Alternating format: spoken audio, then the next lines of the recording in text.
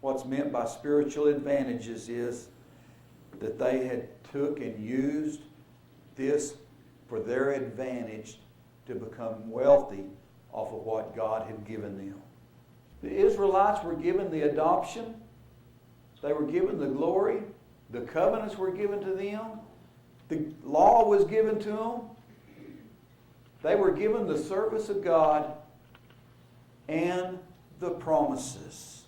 All the blessings. Not only physically blessed were they had physical blessings, but also they were blessed spiritually. The oracles of God had been entrusted to them. They were responsible for God's message and God's work on the earth.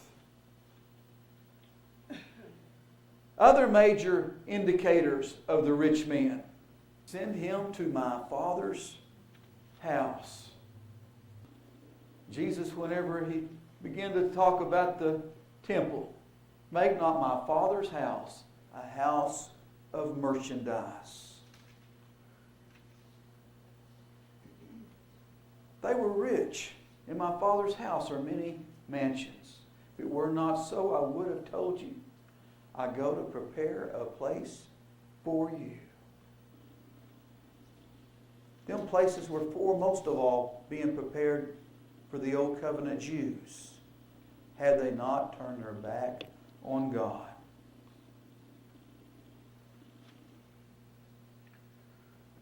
In Luke 16 and verse 25, it says, and Abraham said, Son. Abraham was the one who was being prayed to, and now as we begin to continue on, the Son. Abraham calls this man his son. When we begin to read the parable of the rich man, Abraham says, Son. How much clearer can we get than when we begin to look and see who Abraham begins to talk to? Abraham was their father, and when the rich man, Abraham replies to the man that was rich in the parable. He says, Son. In Genesis 35 verses 22 and 23, we read a rather obscure genealogy statement that helps us in this investigation. Jacob had 12 sons, 6 that were born by Leah. Quite clearly, therefore, the rich man with 5 brothers described in the parable is none other than Judah, of whom, generally speaking, the priesthood, the law and the prophets were entrusted, so being a poor steward seems to be the fault of the rich man. His fault seems to have been being a poor steward. In Luke 16 and 20, Jesus said, Abraham said unto them, they have Moses and the prophets. Who was the rich man? The Old Covenant Jews were the ones that had Moses and the prophets. And Jesus tells this rich man they have had ample warning. They have Moses and they have the prophets. Nobody else had Moses and the prophets. So as the Jews perceived that the parable was about them, you can see very clearly that it just wasn't a wild guess that they decided, hey, this is about us. But Jesus was very direct and to the point on what he was saying. Last of all, who is Lazarus? In all the parables of Jesus, Lazarus is the only character who is given a proper name. This name is derived from the Greek Lazarus and the Hebrew Elazar. Now, I may not be pronouncing them right. I'm not Greek nor am I Hebrew. As John Lightfoot rightly observes, Lazarus is an allusion to Abraham's servant.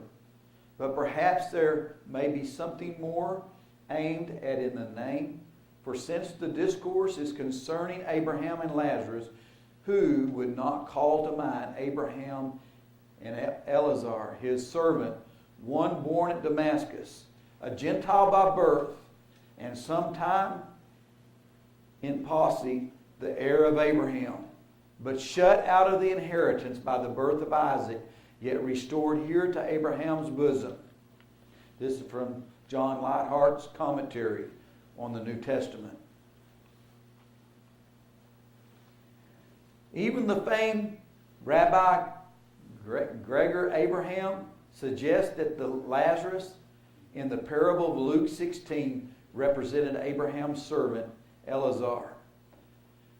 There was indeed a cultural and national awareness about Abraham's servant as Lazarus as being presented at the entrance of Abraham's sculpture, the cave of, I can't say, Machpelah, according to Germanist R. Vanna, painted for sculptures when he came to Abraham's cave. He found Lazarus standing at the mouth of it. He said unto him, "What is Abraham doing?" To whom he said, "He lies in the embraces of Sarah." Then said Vanna, "Go and tell him that Vanna is at the door." Evidently, Eleazar, a Gentile born in Damascus, was thought of as a very close servant and friend of Abraham. Longing to be fed from the rich man's table, Lazarus was covered in sores, portrayed as lying at the gate of the rich man's estate. In Matthew chapter 15, Jesus encountered a Canaanite woman who had a demon-possessed daughter. At first, Jesus ignored her, but apparently she began shouting at him so much that the disciples were annoyed by her that they asked Jesus to send her away. But she became even more abundant, asking for help. But Jesus answered, "It is not good to take the children's bread and throw it to the dogs." And she replied, saying, "Yes, Lord, but even the dogs feed on the crumbs which fall from their master's table." With that, Jesus recognized her faith and healed her daughter. Evidently, it was not uncommon for Jews to think of Gentiles as dogs longing for crumbs from the master's tables. This wasn't something that was uncommon at all for the Jews to look at the Gentiles and say, "Oh, they're nothing but dogs. They're nothing but dogs." They were commonly referred to as dogs. And so as we begin to read about Lazarus feeding from the rich man's table, he was thought of as a dog. Now it's ironic when we get into the book of Revelation and begin to read about the New Jerusalem, because it says outside of the New Jerusalem are dogs. And it's ironic that in Revelations on the New Jerusalem, that whenever the church begins, that the tables have turned.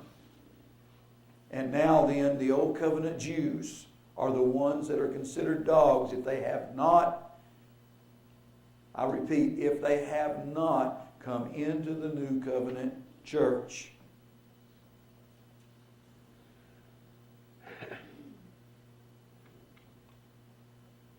Here we find in Genesis 15 verses 2 and 3 the reference to this Eleazar that is born in my house and is mine heir.